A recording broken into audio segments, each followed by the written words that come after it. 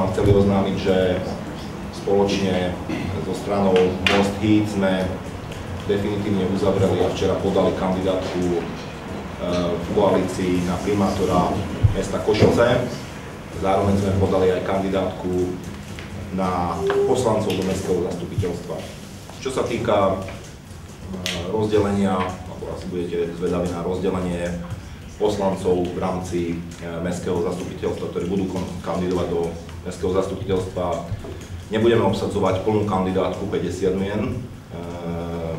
Rozhodli sme sa ísť podobnou taktikou ako vo Vúckách. Strana Smer obsadí 31 kandidátov a strana Most Heat obsadí 11 kandidátov. Máme spoločnú víziu a spoločného kandidáta, ktorý patrí medzi špičkových ľudí so skúsenosťami na manažerských postoch, jednak vo verejnej správe, jednak v štátnej správe.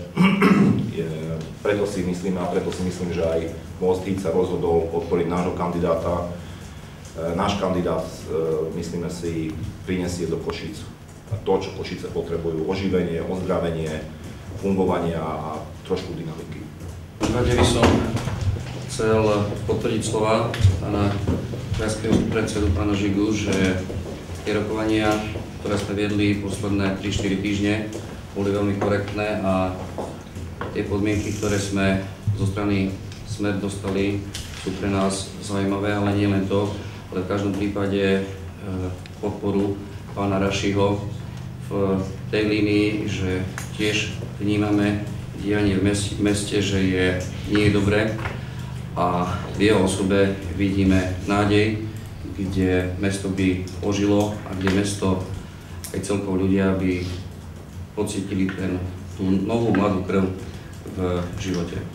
Bude to o určení priorít, o určení problémov a naozaj o hľadaní reálnych riešení. My sme povedali, alebo dali sme nejaký názov pracovný, že spolu ozdravíme Košice, aj preto, lebo myslíme si, že mnohé činnosti mesta je potrebné ozdraviť, ako je hospodárenie, investičné aktivity. Možno treba, alebo nemožno, určite treba pomôcť doprave, treba zlepšiť prístup administratívy k občanom, treba sa zaoberať bezpečnosťou a preto sme náš program, alebo program, s ktorým ideme do primátorských volieb, dali alebo zosúladili do 8 základných bodov. Veľmi stručne vám poviem tieto body a poviem iba niektoré zásadné veci, ktoré chceme riešiť, a zvyšok nechám na vaše otázky. Čiže prvým z týchto bodov je pohodlná kultúrna doprava, či už v zmysle riešenia parkovania a zvýšenia počtu parkovacích miest alebo prepravnej kapacity mestskej hromadnej dopravy, či priepustnosti mestských komunikácií. Chceme otvoriť aj generálny dopravný plán mesta, ktorý bol naposledy aktualizovaný v roku 1994, a chceme sa zaoberať aj komunikáciou a spoluprácou s Košickým samosprávnym krajom, s ministerstvom dopravy a železnicami Slovenskej republiky pri ORIDE, čiže pri organizácii regionálnej integrovanej dopravy. Chceme ďalej, druhým z tých základných bodov sú nové pracovné príležitosti. Veľmi stručne vieme, že Košice z hľadiska investorských zámerov a reálnych investičných riešení sú naozaj niekde na poste v porovnaní s inými mestami alebo s inými lokalitami, či už v okolí Košíc alebo inde na Slovensku. A naozaj chceme, aby aj Košice boli to hybnou silou, aj magistrát, ktorá bude podporovať investorov. A možno viete, že sa mnohí investori cítia, alebo respektíve necítia otvorenosť magistrátu z hľadiska jednoduché penetrácie a vybavovania základných administratívnych postupov. A naozaj chceli by sme, aby v budúcnosti bolo v Košiciach viacej investorov ako konferencií o investičných stimuloch. Tretím bodom je lepší domov pre všetkých Košičanov. Je to taký bod, ktorý zahŕňa jednak oblasť alebo vekovú úroveň detí, rodičov a potom aj seniorov.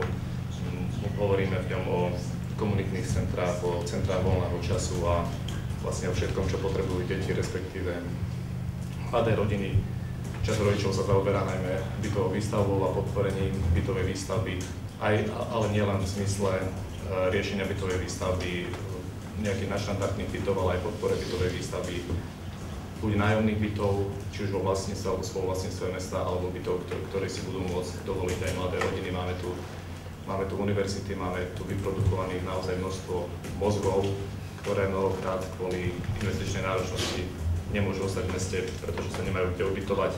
A zvláštnu kategóriu venujeme seniorom, ktorých je v meste viac ako 40 000, so zameraním sa na možno moderný pojem, ale veľmi aktuálny na aktívne starnutie.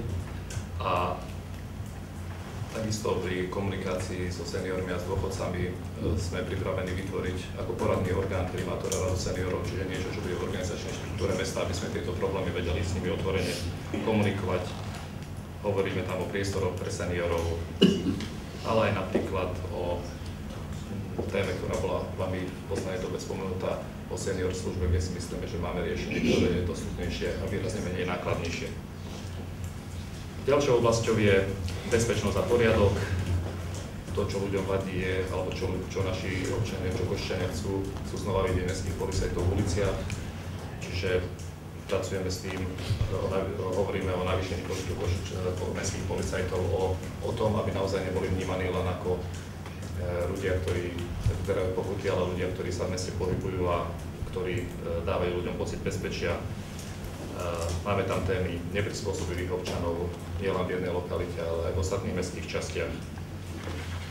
Ďalšou, piatou témou alebo piatým headlinom sú zdravé, čisté a zelené Košice, kde budeme sa zaoberať témami, ako sú cyklistické, korčuliarské chodníky, multifunkčné ihriska či atletické dráhy.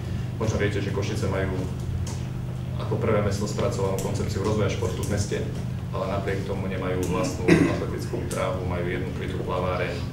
Viete možno, že z minulosti sú zámery rozvoja športových areálov, či už v Aničke, alebo rozvoja športových areálov v blízkosti Hornádu. Čiže to sú témy, ktoré tiež chceme otvárať. Témou možno, ktorá je nová, ale ktorá je určite žiaduca, je otvorený a transparentný magistrát. Pridáme sa k iniciatíve a zverejníme všetky zmluvy mesta na internete a budeme robiť obstarávanie elektronickou formou. Je to moment, ktorý si vyžaduje doba, ku ktorému sa chceme aj my prihlásiť. Čo sa týka mestských podnikov, viete, že máme niektoré mestské podniky, ktoré robia veľmi podobné zdvojené činnosti s potrebou dlhou administratívou. Viete, že máme bytový podnik mesta Košic, máme správu majetku mesta Košic, obidve sú SROčky mestské, ale naozaj v mnohých činnostiach sa ten ich cieľ sa vlastne duplujú alebo sa prelínajú. Na základe komunikácie a požiadaviek ľudí cez to mestských častí zvážime ďalšie presunutie niektorých kompetencií z mesta na mestské časti, lebo naozaj niekedy ľudia vnímajú ten magistrát, že je od nich veľmi ďaleko. A teraz nemyslím to vzdialenosťou. Čo sa týka kultúry a Európskeho hlavného mesta kultúry, to je 7. bod a v podstate možno to, o čom povie jeho názov, je to, čo nás a ako chceme k Európskemu hlavnému mestu kultúry pristupovať. Je to Košice hlavné mesto kultúry aj po roku 2013. Viete, že okolo Európskeho hlavného mesta je neustále množstvo otáznikov, čiže pričom tie otázniky aj z nejakých konferencií alebo stretnutí sa momentálne väčšinou otvárajú ohľadom investičných zámerov, ohľadom financovania, ohľadom výberových konaní, transparentnosti či netransparentnosti. Čiže takisto chceme sprístupniť verejnosti všetky zmluvy, ktoré sú prítomné, aby naozaj každý si vedel urobiť ten svoj objektívny názor sám, aby nevznikali problémy, keď nie sú, alebo keď sú, aby sa pomenovali a riešili. Európske mesto hlavné, Košice ako hlavné mesto kultúry si predstavujem naozaj ako symbiózu možno nazvať klasické a súčasnej kultúry, čiže naozaj nechceme, aby to, kvôli čomu Košičania za kultúrou chodili, zaniklo, chceme, aby to bolo podporované a na druhej strane chceme podporiť aj naozaj ten európsky rozmer kultúry a možno súčasnej kultúry aj smerovania, čiže chceme naozaj dať priestor všetkým. V V kultúre, čo by sme chceli by sme, alebo respektíve nechceme zabudnúť na deti a mládež a posúvať kultúru, ktorá je mnohokrát finančne nedostupná cestou škôlok aj k mládeži. No a tému, ktorá je podstatná, ktorú som teda doteraz v programoch nevidel, sú informačné technológie, vec verejná. Máme pripravené zrealizovateľné projekty, ktorými sú napríklad, tým nezakriknem, inštalácia LCD displejov na zastávkach mestskej hromadnej dopravy, ktoré budú poskytovať online informácie čakajúcim, čiže za koľko spoj príde a kde sa v meste nachádza. Je to projekt, ktorý si nevyžaduje žiadnu investíciu, pretože sú ponuky poskytovateľov služieb smerom k mestu bez finančnej náročnosti. Za druhé, bezplatný prístup na internet sociálne slabším skupinám, takisto poskytovateľia služieb v Košiciach sú ochotní zaviesť bezplatný internet vytipovaným sociálnym skupinám v meste. Vytipovaným rodinám, pretože viete, že mesto je ľudovo povedané prepojené alebo skáblované a naozaj ten náklad je takmer nulový. Chceme sprevádzkovať e-government na úrovni mesta, čiže prenosy z mestského zastupiteľstva nielen obrazom, ale aj zvukom, aby sa ľudia aj vtedy, keď pri príležitostiach, ako sú komunálne voľby, vedeli možno kandidátov, a nemyslím teraz kandidátov na primátora, lebo tí sú väčšinou v médiách prezentovaní a môžu hovoriť o témach, ale aj primátorov, aj kandidátov na poslancov, aby si vedeli ich činnosť zhodnotiť, aby mali možnosť sa na nich pozrieť, tak ako veľký parlament, Národná rada býva prístup na rokovania, keď sú verejné prenosy, tak toto isté chceme urobiť na úrovni mesta. Z hľadiska podpory možno aj turizmu, vec, ktorá je naozaj investične minimálna, podporiť ďalšie hotspoty, čiže internetové hotspoty, miesta s bezplatným Wi-Fi prístupom. Čo určite urobíme, pokiaľ budeme úspešní, dobudujeme systém sledovania